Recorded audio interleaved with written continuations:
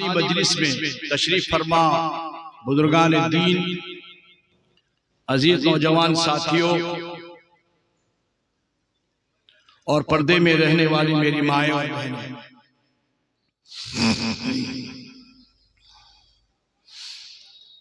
मदरसा इज़ारुल हक का ये सालाना जलसा है, दस्तारबंदी का जलसा है। रात तकरीबन 10:05 की हो चुकी है।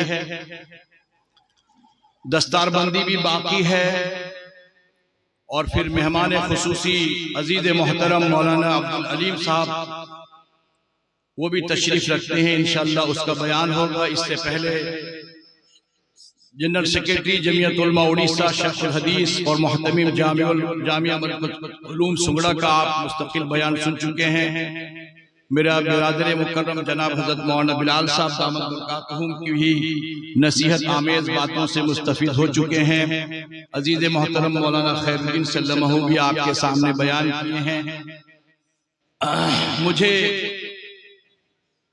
इस मदरसा के जिम्मेदार जनाब साजिद साहब और इसी तरह हाफिज साजिद साहब और इसी तरह मौलाना शबीर साहब ने दावत दी। गर्चे आपको मालूम होगा 2-3 दिन से तकरीबन जमीयत उलमा उत्तर प्रदेश के सदर और अमीर शरीयत उत्तर प्रदेश नवासे शेखुल इस्लाम हजरत मौलाना सैयद अशहद रशीदी साहब दामद बरकातहुमुल आलिया 3 दिन से यहाँ उड़ीसा में तशरीफ फरमा थे।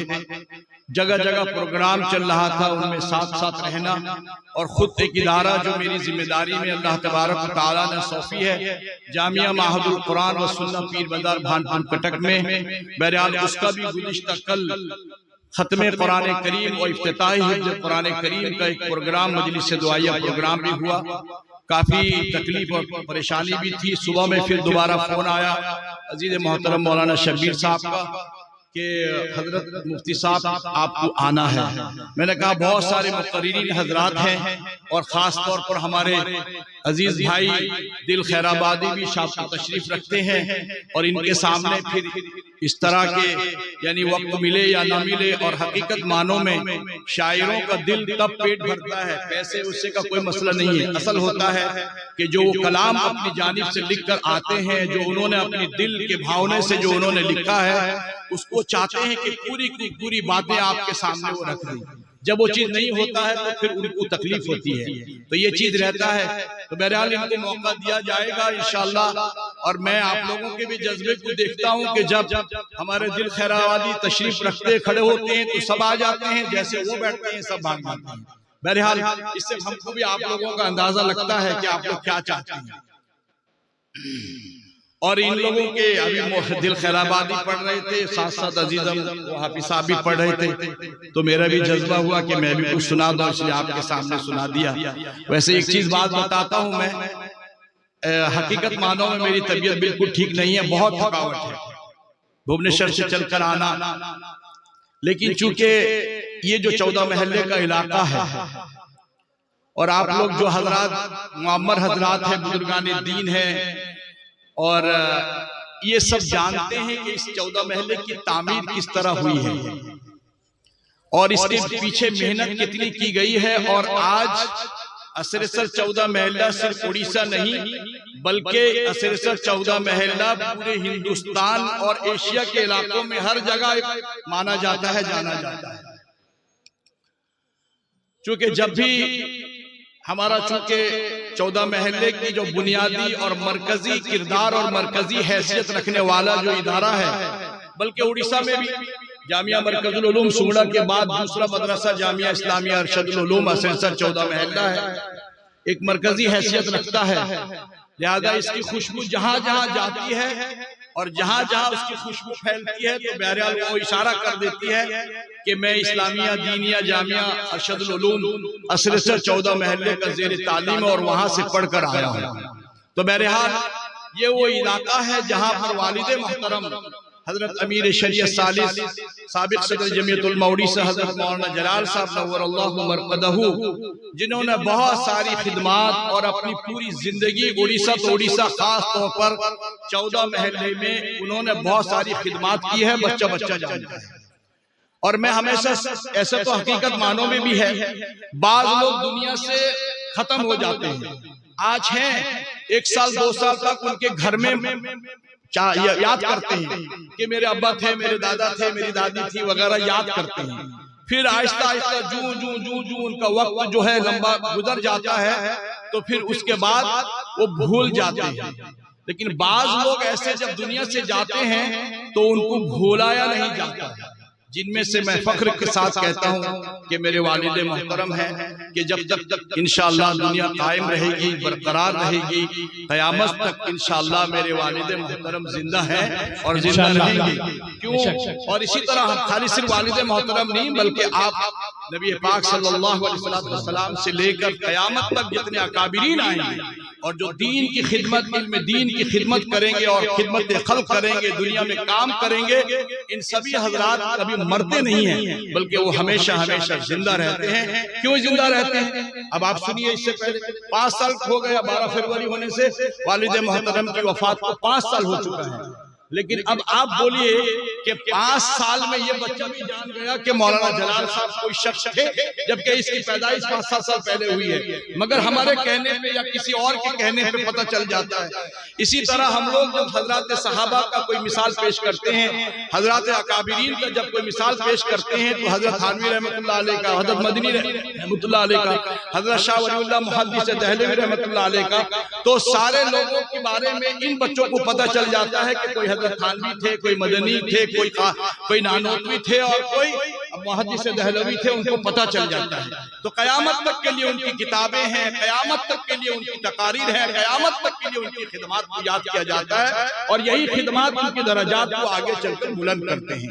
मैंने कुरान करीम की जो आयत आप हजरात के सामने तिलावत की है, अल्लाह तबारक व तआला फरमाते हैं यरफ़इल्लाहु लज़ीना आमनू मिनकुम, तुम में से जो ईमान लाते हैं उतुल इल्म दरजात, और तुम में से जो इल्म हासिल करते हैं उनकी दरजात अल्लाह तबारक व तआला बुलंद करता है, उनके मरतब को बुलंद करता है। ईमान लाना हर मुसलमानों का, एक मुसलमान तमाम के तमाम ईमान ले आए, सारे हजरात ईमान वाले हैं, अल्लाह तबारक व तआला इनकी दरजात को बुलंद करता है। दूसरे की बनिस्बत ये अल्लाह का करम है। अल्लाह अगर हमसे पहले तो अल्लाह अशरफुल मखलूकात में से हमें पैदा किया और फिर उनमें से अगर अल्लाह चाहता तो इन जानवरों के बजाय अफजलुल मखलूकात इंसान बनाया, चाहता तो फिर यहूद और नसारा बना सकता था, या फिर हमको चाहता तो यानी अल्लाह के दुश्मन वाले बना सकता था, गैर मुशरिकीन में से बना सकता था। लेकिन अल्लाह तबारक व तआला ने हमें ईमान वाले हमें बनाया और साथ साथ ईमान वालों में भी अल्लाह तबारक व तआला अगर ये चाहता तो उनमें से बहुत सारे फिरके हैं, लेकिन अल्लाह तबारक व तआला ने ऐसी जमाअत के साथ और ऐसी देवबंदियत अकायद के साथ अल्लाह तबारक व तआला हमें पैदा किया है और उनके अकायद वालों के साथ पैदा किया है कि हम फख्र के साथ कहते हैं कि अहलुस सुन्नह वल जमाअह जो कुरान और हदीस को सही मानों में समझते हैं और उस पर अमल करते हैं, तो वह हकीकत मानों में देखा जाए तो वो उलमाए देवबंद और उलमाए हक। तो मेरे दोस्तों और बुजुर्गों, अल्लाह तबारक व तआला का ये फरमान है कि जो ईमान लाया वो मर्तबा वाला है, उसकी दरजात बुलंद होती है। और उनमें से सोने पे सुहागा जो लोग इल्म हासिल करते हैं, इससे मुराद इल्म दीन और इल्म कुरान और इल्म हदीस जो हासिल करते हैं, ये तमाम के तमाम इनके दरजात को अल्लाह तबारक व तआला बुलंद करता है। और खुद अल्लाह तबारक व तआला खुद फरमाते हैं इस बात को।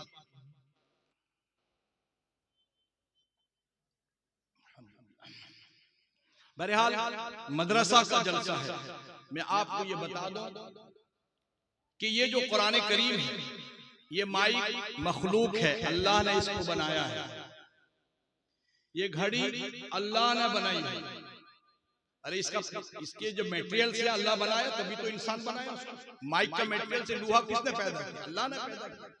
ये रुई बनाने के ये जो कपड़े बने हैं, अल्लाह तबारक व तआला धागा बनाया, धागे के अज्जा को बनाया, तब जाकर ये बना। तमाम के तमाम चीजें मखलूक हैं, हम खुद मखलूक हैं। मखलूक का मतलब ये होता है अल्लाह के प्रोडक्ट, यानी अल्लाह ने हमको बनाया। खालिक का माने बनाने वाला और मखलूक का माने बनी हुई चीज जो अल्लाह तबारक व तआला ने बनाई। दुनिया की सारी चीजें मखलूक हैं, आसमान जमीन, आसमान में जितनी चीजें हैं, चांद हैं, सितारे हैं, सूरज है, सब के सब मखलूक हैं। और खुद आसमान में बादल वो भी मखलूक है, जमीन में जितनी चीजें हैं, दरख्त हैं, चौपाए हैं, जानवर हैं और परिंद चरिंद जितने सब हैं, ये सब के सब मखलूक है। समंदर में जितनी मछलियां हैं, खुद समंदर मखलूक है, वो अल्लाह का बनाया हुआ है। लेकिन उलमा हजरात तशरीफ रखते हैं, खास तौर पर मौलाना अब्दुल अजीम खां साहब भी मौजूद हैं और यूट्यूब में भी बहुत सारे उलमा हजरात इस वक्त देख रहे हैं। इनकी गवाही और शहादत से मैं बोलूं कि कलाम पाक जो है वो मखलूक नहीं है, यानी जो अल्लाह का कलाम है वो मखलूक नहीं है, अल्लाह उसे बनाया नहीं है, बल्कि वो अल्लाह की सिफात में से है।